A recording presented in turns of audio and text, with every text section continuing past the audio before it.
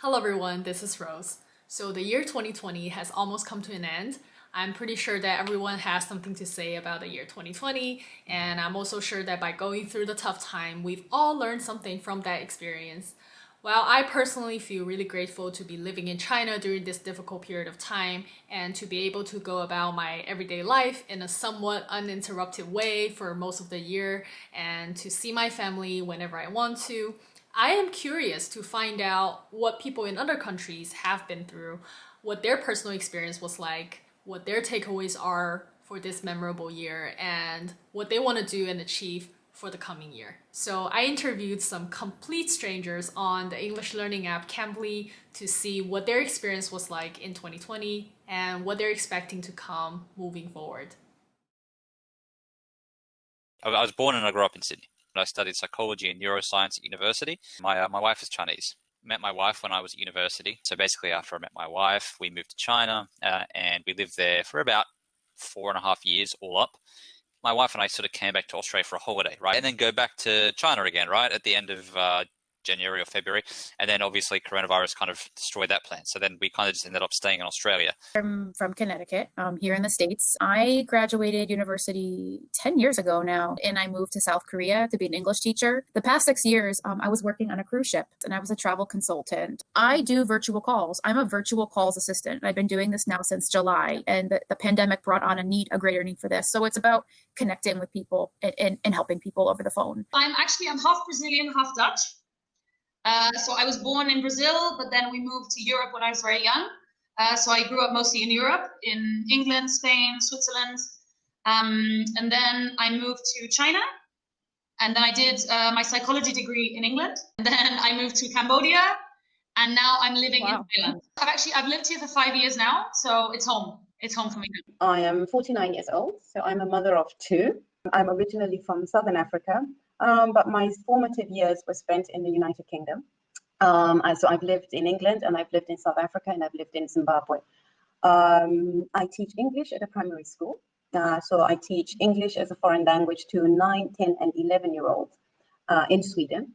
I live in a small town called Lund. It's a university town. Good question. That's going to be different for every person, isn't it? For myself, a little bit inconvenient and frustrating. Not too inconvenient because, my parents and family are in Sydney. So it's kind of like I get to see them again, which is great. But it led to me reevaluating kind of my goals and my future a little bit. And I was looking at earning some technical skills, using this pandemic time to kind of flesh myself out technical skill-wise and move into kind of like a IT kind of career and focus on that a little bit more. 2020 has just been a time to reflect on my life, I think. Reflect on decisions I've made and thinking about what's the next step. I think that this pandemic, I feel very grateful that I'm home. I'm with my family. I feel very safe. I don't feel scared. I feel secure in knowing the fact that I'm working. I am making my own money. I am safe. I'm with family. I have my pet with me here. I'm grateful, but it also gives a lot of time to reflect on your life. I have like that attitude of gratitude. Like I have a lot of things to be grateful for in my life. Every year I was used to going back home to visit my family. And obviously this year, because of COVID, I wasn't able to do that. So at the moment, this is actually the longest that I've ever been without seeing my family. And I think it's especially harder for me at the moment because my sister, she's pregnant. She's actually about to give birth in the next 2 weeks. Yeah, and it's the first baby in the family, and she's my only sister. I would have loved to be there for the birth of the baby. I guess this year has really kind of shown me how social we are as humans, how we really are social creatures. And we need closeness and social and, human contact and intimacy and, just having a community that you feel supported and loved by is extremely important. And things that seemed important before, like little grudges that you had with people or things like that just kind of seem to melt away. They become much less important, I guess. I could not connect or see any of my family. It's been a bit depressive. I worry about my mother because she's on her own. She's in her 70s and she is in the UK. It's not been a great year for me. And I have old friends who are in their 80s whom I have not been able to spend time with because they fall into the risk category. So we do many things together and I haven't been able to see them. Get a job probably in IT and try to rent a larger house, move out and live somewhere else in Sydney. Apart from finishing the courses I'm doing, exercise a little more because I've kind of put on weight after being at home so much. I really want to read more. I want to sit down and actually just start reading again. Like I said, we have a restaurant here on the island, on Ropagan, and in 2021 we plan to expand into Bangkok. Again, on a personal note, the pool of men on this island is quite small, and everybody seems to be taken already. So I guess in 2021 I'm looking forward to moving to Bangkok and maybe meeting new people and seeing if I manage to build some nice relationships there. I used to teach a lot of yoga, and this year I kind of for some reason I kind of stepped away from that. So I hope that I can get back into the flow of yoga in 2021. Yeah, lots of things I want to do. As soon as I can travel, I would like to go out and see my mother, for instance. For those of you who don't know what Cambly is, which I've mentioned before in my previous video, Cambly is an education software with which you can find native English speakers to practice your spoken English with 24/7 whenever you feel like it.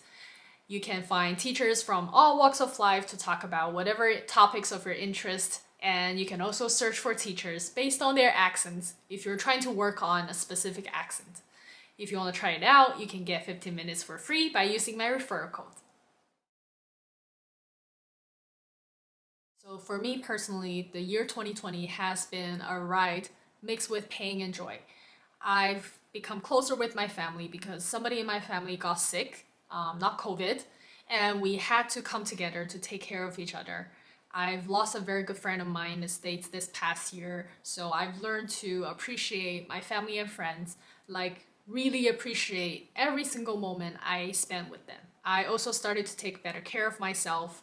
I've been devoting more time to content creation, which I enjoy, and I've been reading, practicing yoga, and learning French every single day. Regarding 2021, I personally am still working on the list of my New Year resolutions, but please leave me a comment down below and tell me what you've learned this past year and what your goals are for the year to come.